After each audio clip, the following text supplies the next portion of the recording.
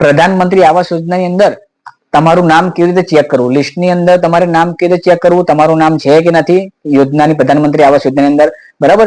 તો મિત્રો આપણે વાત કરીએ કે પ્રધાનમંત્રી આવાસ યોજનાની અંદર આપણું નામ કેવી રીતે ચેક કરવું, બરાબર. તો એની પ્રેક્ટિકલ માહિતી તમને આપીશ મિત્રો, બરાબર. વિડીયોની અંદર બનાવી રહેશો અને પહેલી જ વાર આવ્યા હોય આપણા વિડીયોની અંદર તો આપણે વિડીયોને સબસ્ક્રાઇબ કરી દેજો મિત્રો, લાઈક કરી દેજો અને વિડીયો ખૂબ શેર કરી દેજો. અને દરેક મિત્રોને કહેવા માંગીશ કે આ વિડીયો તમે 10 વાર નહીં 20 વાર જોજો મિત્રો, અને આ શીખી લો. આ શીખશો તો આપણા ગામમાં જે ખોટા લોકો લાભ ઉઠાઈ રહ્યા છે પ્રધાનમંત્રી આવાસ યોજનાનો, એ લાભ ખોટા લોકો ના ઉઠાવે. અને ખોટા લોકોનું નામ હોય તો તમે એના ઉપર ઓબ્જેક્શન ઉઠાવી શકો છો, બરાબર. સરપંચ તલાટીને પણ જાણ આપી શકો છો, ઉપર તમારા તાલુકા પંચાયત ઓફિસર મતલબ કે ટીડીઓ ને પણ તમે જાણકારી આપી શકો છો, બરાબર. સરપંચે પણ મતલબ ગમે તે રીતે કોઈ જેને જરૂર નહીં એવા વ્યક્તિને આપી દીધી આ પ્રધાનમંત્રી આવાસ યોજના, તો તેના પર પણ તમે કાર્યવાહી કરી શકો છો. તો આ ખાસ ધ્યાન રાખજો, દરેક મિત્રોને વિનંતી કરીશ કે ચેક કરવાનું શીખી લેજો.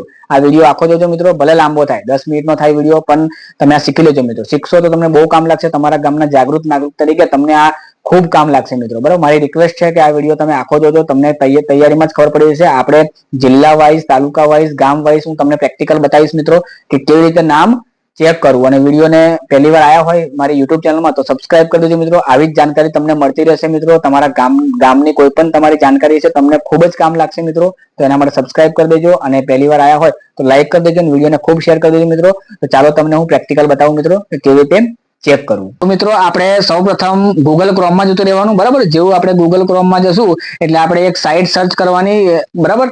જે ભારત સરકારની સાઇટ છે મિત્રો એ આપણે સર્ચ કરીશું. કઈ સર્ચ કરવાની સાઇટ મિત્રો?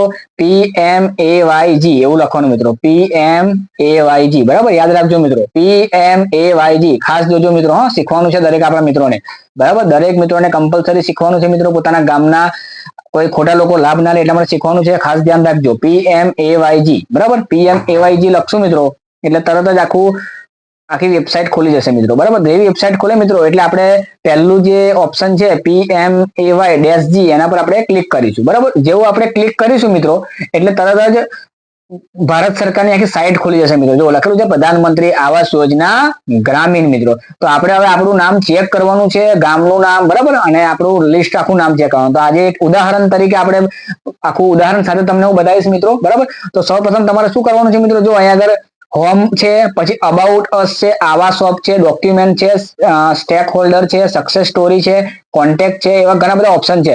તો આપણે એમાં 3 નંબરનો જે ઓપ્શન છે મિત્રો, અબાઉટ અસની બિલકુલ બાજુમાં, ડોક્યુમેન્ટની અને અબાઉટ અસની બિલકુલ વચ્ચે, એટલે કે આવાસ સોફ્ટ, બરાબર. આવાસ સોફ્ટ પર મિત્રો આપણે ક્લિક કરવાનું છે. જેવું આપણે આવાસ સોફ્ટ પર ક્લિક કરીશું મિત્રો એટલે બીજા 3 ઓપ્શન ખુલશે, data entry, report, FTO, tracking. જેવું આવા સોફ્ટ પર મિત્રો ક્લિક કરીશું એટલે બીજા અલગ સ્ટેપ ખુલશે 3, ડેટા એન્ટ્રી, રિપોર્ટ અને FTO. આપણે રિપોર્ટ પર ક્લિક કરીશું મિત્રો. તો જેવું રિપોર્ટ પર મિત્રો હું ક્લિક કરીશ તરત જ આખું રિપોર્ટ ખોલીને બહાર આવી જશે મિત્રો, બરાબર. તો આપણે કયો રિપોર્ટ લેવાનો છે? પ્રધાનમંત્રી આવાસ યોજના. તો પહેલું જો PMAY એટલે પ્રધાનમંત્રી આવાસ યોજના, બરાબર, G રિપોર્ટ. બીજું ઇન્દિરા આવાસ છે, પછી સ્ટેટ સ્કેમ રિપોર્ટ છે, પ્રધાનમંત્રી જનમન રિપોર્ટ છે. તો આપણે પ્રધાનમંત્રી આવાસ યોજના આપણે જોવાનું છે તો પહેલું સિલેક્ટ કરેલું છે એ જ રાખીશું, બરાબર મિત્રો. હવે આપણે શું કરવાનું છે? આપણે પ્રોગ્રેસ ફાઇલ આપણે જોવાની છે મિત્રો. તો એની અંદર આપણે ફિઝિકલી પ્રોગ્રેસ રિપોર્ટ જે છે એથી બીજા નંબરના ઓપ્શનમાં જવાનું, house progress against the target financial year. એના પર આપણે ક્લિક કરીશું મિત્રો. યાદ રાખજો મિત્રો, ભૂલ ના પડે. બીજા નંબરનો option house progress against the target, બીજા નંબરનું મિત્રો, બરાબર. હું આ બીજા નંબરનું ક્લિક કરી રહ્યો છું મિત્રો. જો જેવું હું બીજા નંબરનું ક્લિક કરીશ તરત જ ઓપ્શન અલગ અલગ બધા ખોલી જશે મિત્રો, બરાબર. આપણે એને PDF સાથે તમને હું બતાવી દઈશ મિત્રો. એક્સેલ લેવી છે તમે એક્સેલ ફાઇલમાં પણ લઈ શકશો, બરાબર. હું તમને બધું બતાવી દઉં છું, ખાલી વિડીયોની અંદર બન્યા રહેજો અને ખાસ જોજો, 2 વાર જોજો, 10 વાર જોજો, બરાબર.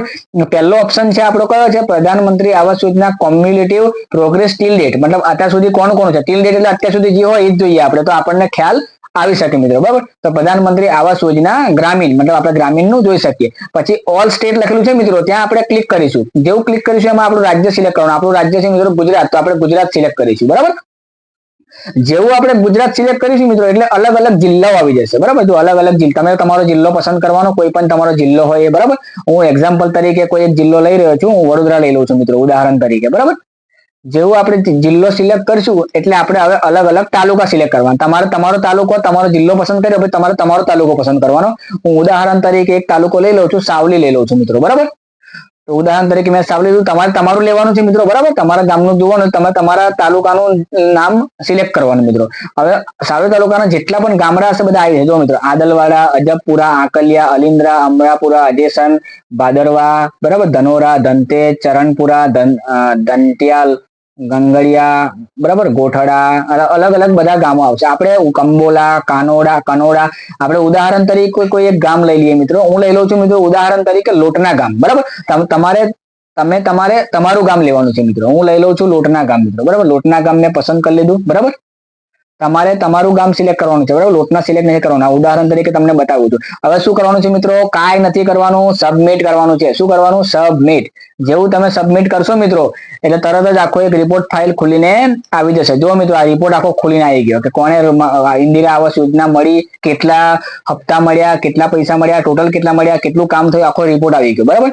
તો આ રિપોર્ટ તમે જોઈ શકો છો. આ રિપોર્ટ તમારે આમ તો તમે જોઈ જ શકો, પણ તમે ડાઉનલોડ પણ કરી શકો. તો આપણે આની પીડીએફ ડાઉનલોડ કરીને તમને બતાવું મિત્રો. તો ડાઉનલોડ પીડીએફ પર ક્લિક કરીશું એટલે તરત જ ડાઉનલોડ થઈ જશે. જુઓ મિત્રો, અમે ડાઉનલોડ કરી, ડાઉનલોડ પણ થઈ ગઈ અને આપણે ઓપન કરીશું. તો જુઓ મિત્રો, આ પીડીએફ આખી ઓપન થઈ ગઈ મિત્રો, બરાબર. આ પીડીએફ આખી ઓપન થઈ ગઈ. હું તમને 1 to 1 બતાવું બધાનું, બરાબર. જો આપણે આ લોટના ગામની પીડીએફ ઓપન કરી. પહેલું લોટના ગામ છે, આ રજીસ્ટ્રેશન નંબર પણ આપેલો છે. તો કોને મળી છે પહેલી આવાસ? ચૌહાણ ભવનસિંહ રમતુસિંહ, બરાબર. મેન એટલે કે માણસના નામે આ રૂમ એલોટેડ થયેલી છે મિત્રો, બરાબર. કેટલી અમાઉન્ટ સેક્શન થઈ છે? 1,20,000. કેટલા હપ્તા મળ્યા? 3 હપ્તા મળ્યા. એમનું કમ્પ્લીટ થઈ ગયું, મતલબ એમની આવાસ મળી ગઈ, પૈસા મળી ગયા, બધું થઈ ગયું. પછી બીજી રૂમ છે મિત્રો, મતલબ બીજી ઇન્દિરા આવાસ મળી છે ચૌહાણ ભૈરવસિંહ ચંદ્રસિંહ, વુમેન એટલે કોઈ લેડીઝ ના નામથી મળી છે મિત્રો, બરાબર. પણ ખબર નહીં નામ કેમ જેન્ટ્સ નું છે. લેડીઝ ને મળી હોય તો લેડીઝ નું નામ હોવું જોઈએ, બરાબર. એમાં ઇન્સ્ટોલમેન્ટ 4 હપ્તા મળેલા છે. 1,95,000 એ ભાઈને મળેલા છે. અત્યાર સુધી એમને 1,70,000 મળ્યા છે, બરાબર. અને કમ્પ્લીટ લખ્યું છે એટલે મતલબ કમ્પ્લીટ થઈ ગઈ. બીજી ત્રીજા નંબરની છે ચૌહાણ બલવંતસિંહ નરવતસિંહ, એમને પણ 1,95,000 સેક્શન થઈ છે અને અમાઉન્ટ રિલીઝ થયું છે 1,70,000. તો અમુક હપ્તા બાકી પણ રહી ગયા છે. તો કંઈક ને કંઈક કામ અધૂરું રાખ્યું હોય એટલા માટે પણ બાકી રહી જતું હોય મિત્રો, બરાબર. પછી છે ચૌહાણ રેવાબેન નાનસી, એમને પણ 1,60,000 મળી ગયા છે અને કમ્પ્લીટ થઈ ગયું છે 3 હપ્તામાં. 1,95,000 એલોટેડ થાય પણ બીજા પૈસા કેમ નહીં મળ્યા એમની તપાસ કરવી જોઈએ એમને, બરાબર. પછી ભાલિયા નાનીબેન શંકરભાઈ છે, બરાબર.